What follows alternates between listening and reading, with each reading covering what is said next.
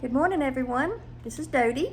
I wanted to share how to make homemade Southern biscuits, and there's only a few simple ingredients, and I think you'll be able to make these in no time on your own, and they'll be just as great as any of the restaurants or frozen or canned biscuits that you can buy over the counter, only they'll taste fresher and better. So join me as we make homemade Southern biscuits. We first start out with a few simple ingredients. The first is 2 cups of self-rising flour, 2.5 tablespoons of Crisco or shortening, vegetable shortening, 2 tablespoons of cold salted butter, 1 cup of buttermilk, and about 1/2 cup of extra flour that you'll need on your cutting board or surface when you work the dough. Alright, so the first thing we're going to do is combine our 2 cups of self-rising flour, our cold butter, and our Crisco or shortening or lard, whatever you have. And this is where it gets nice and messy, but we're going to have to work it with our fingers. I go ahead and dice up the butter kind of small so that you can work it in with your fingers. And it goes ahead and works in a little easier than if it was in a really big block of butter. So you're gonna mix this up until it is kind of pea-sized pieces and well incorporated. You wanna work a little bit fast because you wanna keep that butter cold. The coldness in the butter helps kind of melt in and seep into those biscuits to make them really good and yummy when they cook. And the very first step that I did was turn on my oven to preheat it to about 380. You can do this really anywhere between 375 degrees Fahrenheit and 400 degrees, depending on how hot your oven cooks.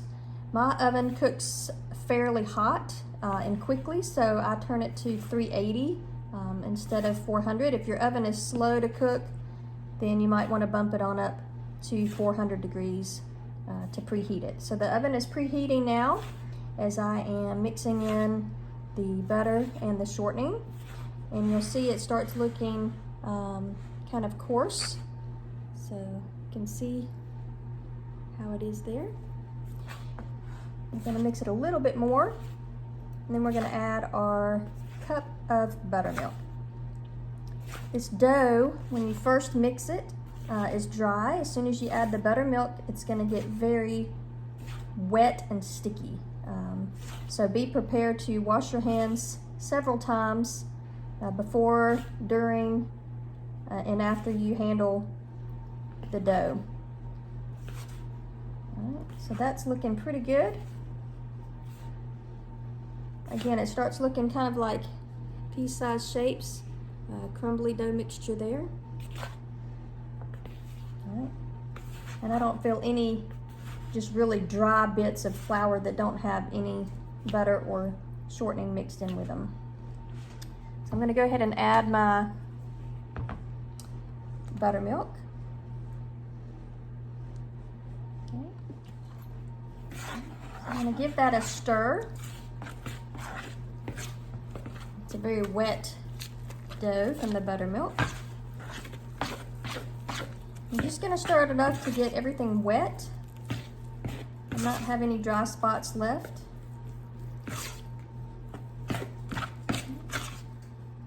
So it's just a quick turn of the spoon a few times, and then we're ready to dump it out onto our work surface. Now what I like to do is go ahead and put a little pile of flour, get your hands mixed in with the flour so that the dough doesn't stick. And we're going to pour it on out onto the flour. The dough should be very sticky and very wet when you first work with it. So get a little bit more flour so I can get the rest of that dough off the spoon without it sticking. Alright, so let's go ahead and work the dough.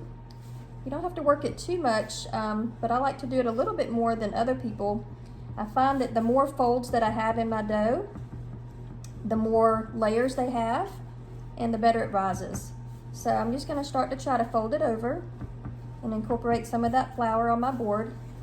Make sure that there's flour under it so it doesn't stick. And just keep making it a square or a rectangle, and I keep folding it over and keep pushing that dough on my hands and under the dough. So we're gonna just keep folding it over, probably 10, 15, 20 times until it's not very sticky anymore and you can work with it very easily. So at this point, I don't see any sticky dough parts, and it's very easy to turn over now than it was the very first time. Again, I'm working rather quickly because I want to try to keep that butter cold and not get it too warm from the temperature of my hands. Now, some people use a rolling pin at this stage to go ahead and roll out their dough. I don't. I use my hands to press it out, but if you want to be very precise, you can do so. And then I have a standard biscuit cutter. I think this one's about, 2 inches round.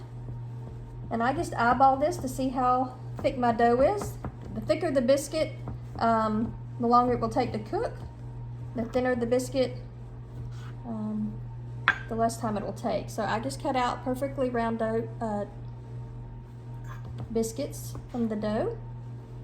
I'm going to cut out several, and then I'll refold the dough in just a minute.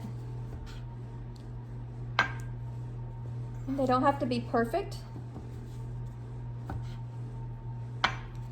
So this time I'm going to go ahead and take the dough, fold it one more time, get a few more round shapes out. As you can see, my biscuits are maybe about a 1/4 inch thick. Again, you can make them as thin or thick as you want. The last biscuit usually has a little bit of a wonky shape to it, but that's okay. Then we're going to take our pan. I use a cast iron pan, and I go ahead and coat it with some olive oil. I spray olive oil in mine. I find that butter cooks them a little too hot on the bottom, so I like the olive oil on my pan. And I'm going to center these around, one in the middle and the rest on the outside. And that gave me 2, 4, 6, 8 biscuits. You can double the recipe, but you need a bigger pan, which you can use any kind of pan you want, but I find that cast iron cooks them very evenly on the bottom, and it's just the perfect size for the amount of dough that I use for these biscuits. So we're going to go ahead and put them in the oven and let them cook for about 20 minutes. We'll check on them. As soon as they come out, we have some more butter, about a pat of butter. It's probably about almost a tablespoon. We're going to melt that and brush it over the top when they come out. All right, so I just put the biscuits in the oven. You'll set your timer for about 18 to 20 minutes and let them cook until they look slightly brown on top. Okay, so the biscuits, I checked mine around 18 minutes. They were starting to look a little bit golden on top. One thing you can do is kind of touch them and make sure they're firm and not pressed down too much. But just that you just want to have a nice firm biscuit and not real smushy. I do have the melted butter here, and I'm going to go ahead and put that on with a pastry brush while they're nice and hot, just out of the oven. This is salted butter. I think the salted butter gives them just the taste they need. You could do unsalted, but you're not going to get that flavor profile in your mouth that the salted butter has. It's just the touch it needs. I love it. All right, so these are now all coated with the salted butter on top. All right, one thing you can do with your biscuits when they come out is serve them with honey, or have some homemade strawberry jam, some sorghum. If you're in the South, you know what sorghum is. It's kind of like molasses, a little different flavor. But I love to have mine with butter and sorghum on them, or just honey, or any kind of strawberry or jelly. You could also do the savory and put cheese or bacon or sausage on them. They make terrific biscuits. Or you can do a sausage gravy if you like that as well. So as you can see, The biscuit has a nice fluffy rise to it. You can kind of see the different layers I was talking about when we did the different folds. So the more folds that you do, you tend to see a little bit more layers in the biscuit. And if we open it up, this one's very hot, steaming, you can see all the fluffy goodness on the inside of the biscuit as well. So there's our Southern biscuit. Let's give it a try. Put some strawberry jelly on mine.